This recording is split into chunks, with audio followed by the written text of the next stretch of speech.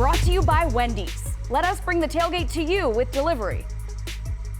Pat Narduzzi does it. He goes out and gets a huge win over UCF for his Pitt squad, and they did it through scheming and outsmarting this UCF football team. He really outcoached Josh Heupel, plain and simple. And you look at this, UCF is an explosive offensive team that's going to have an athletic advantage in a lot of football games. And coming into this game, how do you neutralize that? Well, let's first look at what UCF does that gives them that advantage. One, you're going to get number two, bend in tight. We're going to get number one, bend in late. And then when you get number three, he's going to keep it wide. And because you want this guy or you want this guy to carry him up the field, when you don't get that, what you get are huge completions when you don't carry guys down the field. That little bit of confusion creates huge plays as we see him get into the end zone. The other thing you want to talk about when it comes to confusion, window dressing. Boom, we're going to get a little motion here that really gets these guys' eyes looking hard to this open area. You see that open space right there. You want to get into that space, but what they don't think about is this running back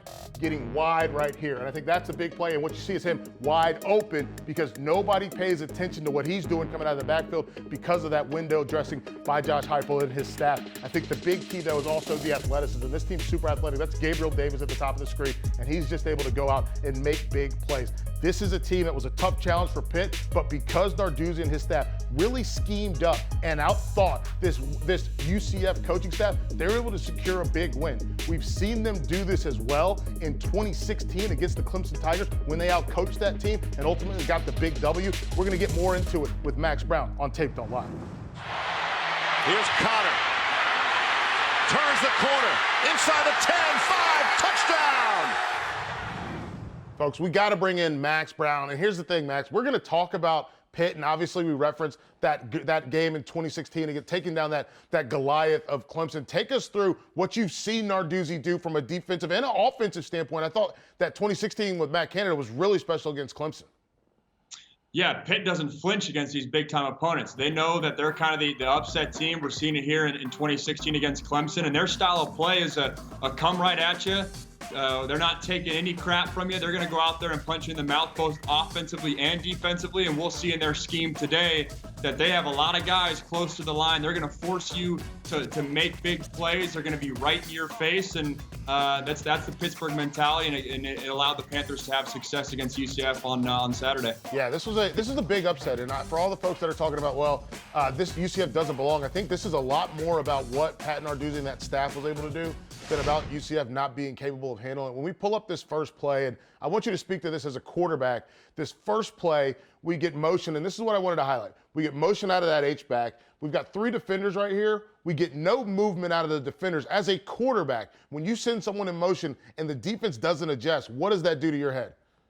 It's trippy because you're expecting anytime the motion comes for a defense to adjust, but Pitt says, hey, we're going to stick it with what we do, and I think when this motion comes, because Pitt is so tight to the line of scrimmage, it creates confusion between that H-back and the receiver in terms of their blocking scheme. You'll see Dane Jackson, that corner, he has man principles right now, but the second the motion happens, he kind of widens out to more zone principle, and as a result, receiver's not sure if he should get him, should he get the nickel sitting in the slot? You're not really sure. All the while, Pitt's just in full attack mode and saying, we're going to rally to the ball, we're going to tackle you.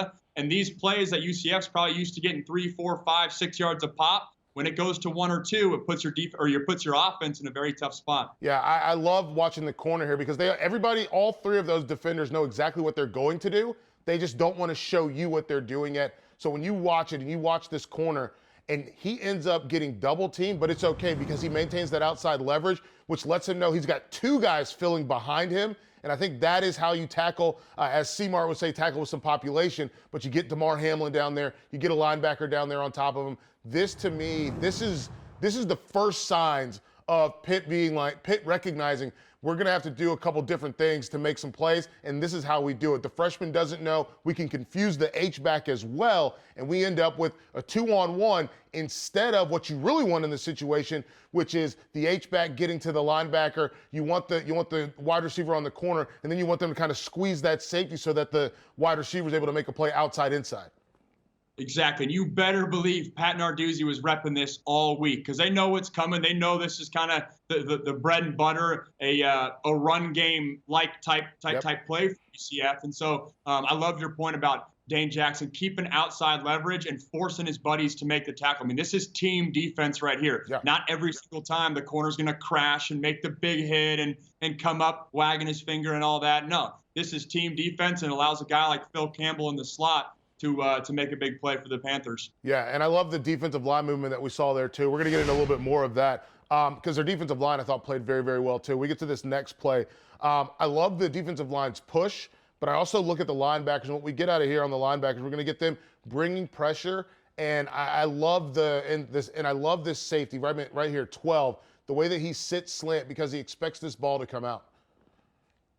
Yeah, and I have the advantage today. I played with all these guys, so I know I got the names today. But yeah, I mean, Paris Ford, that number 12, he's literally sitting right there on that hash, literally waiting to jump that slant. And why is he able to do that? Because they're bailing on the bottom of the screen. And Damari Mathis, I mean, a lot of this game, there he's tight man right in you. And this time he gets a little soft. He bails a little bit, and that creates confusion for this UCF squad, whether it's a go ball and we're just full streak, or does he hitch it down at 12 yards? And I think that's the confusion right here with this UCF offense, because QB's eyes go away, so he doesn't have eyes on Mathis. He's thinking, oh, this is easy. Pitt presses the whole game. I'm throwing a fade ball. We're good to go. But sure enough, Dylan looks over there. Oh, his receiver hitches down. Confusion, a win for Pitt, and this is Pitt's brand of football on defense. Yeah, I think this is great stuff. And look, I will say this: I think having Hamlin and Ford healthy together is a really special safety combination for the Panthers. So watching them play and watching Ford come wide and just recognize that I can sit this and I'm going to go. If you make this throw on what you think is your hot route, I'm going to rob it. And then Dylan Gabriel, I think for all the discussion about him and some of sort of the confusion and things that he faced, I think that it's not that it's a good play, it's that it's not a bad play, because he could have thrown an interception, but he recognizes late, okay, I got to do something different than try to fire this thing in there. So he tries to lay it up to Gabriel Davis, who made some big-time plays, but he's not able to get it to him. But I think that, I guess real quickly, before we get to the next play, freshman quarterback, you're having these issues. What do you think is going through his mind? Yeah, it's a new picture. He hasn't seen this. I remember when I went to Pitt and was practicing against him every day, this defense is just different. If we look at all these plays, Pat Narduzzi's going to have 11 guys like 9 yards or closer to the ball. I mean, that's what we're seeing right here. Yeah, it's 2019. You're supposed to have 2 safeties and dropping back and all that. And so this is just a total different plan that Pitt brings to the park. And I think it catches quarterbacks off guard because it looks like you're going to have it easy and, we should be throwing fade balls all day. But when those don't work and Pitt continues to stay in your grill, it can make for a tough day. And we saw it at times today. Yeah, this one for me, I love this. And I want you to speak to it from a quarterback standpoint when teams are mixing man with bail, or press coverage with bail coverage, press coverage, bail coverage. And even though they're showing press consistently, I want you to speak to that. But first, I just want to give props to the safety, because he is out there killing himself for this football team. And this is something that when we talk about other teams blitzing, we talk about other blitz packages, and we talk about them not getting to the quarterback, he comes from 8 yards deep and he gets hands on the quarterback. This is, to me, the definition of doing whatever I have to do to get my job done. And he's got to get to the quarterback, because if he doesn't, then there's space to be had out there. I mean, if we're being honest, the flats are open there. But look on the bottom of the screen. There's a post window there. There's a curl window there a little bit. So if this safety does not get hands on the quarterback, he's leaving his buddies out to dry. And he knows that. That's Pitt's style, is we're going to get to you on your third step in your drop of your quarterback. And on that hitch, that ball better be out or we are smacking in the face. And that's what we see here is all night, different looks of pressure. But that clock is sped up awfully quick for Dylan Gabriel. That was amazing. Let's talk about corner up top. Let's talk about, as a quarterback, it's 2nd and 11. The way that he bails directly to the sticks, he's there at the sticks and then comes downhill. As a quarterback, do you see that as, I've got room to make this short hitch throw, or I'm going to have all my opportunity and time, or do you recognize that he's probably going to sit sticks? You recognize he's probably going to sit sticks, but I think as a quarterback, you just say, hey, I got to get the ball out on time, and maybe if I put it accurately with some pace on it, that maybe my guy can make a guy miss. But it's no secret. This plays right into Pitt's hand. When it is, I don't know, 12 yards for a first down, I mean, that's their game, is we're going to let you have that play all day long. We're just not going to get beat deep. But it goes into the whole thing we've been talking about, Mike, of they're mixing it up. Sometimes it's soft. Sometimes it's, it's right up in you. But either way, I mean, they're being physical. They're attacking the quarterback, and they're forcing a true freshman quarterback to make decisions quickly. I guarantee that was Pat Narduzzi's game plan walking in here, is we're going to be on this true freshman's head all day. And if he doesn't make decisions quick, he doesn't recognize what he's seeing quick, he's going to be in for a long night. Last one for you real quickly here, Max, before we move on. Safety, getting there, you see that he's down by the feet. How does that change you putting pace on the ball?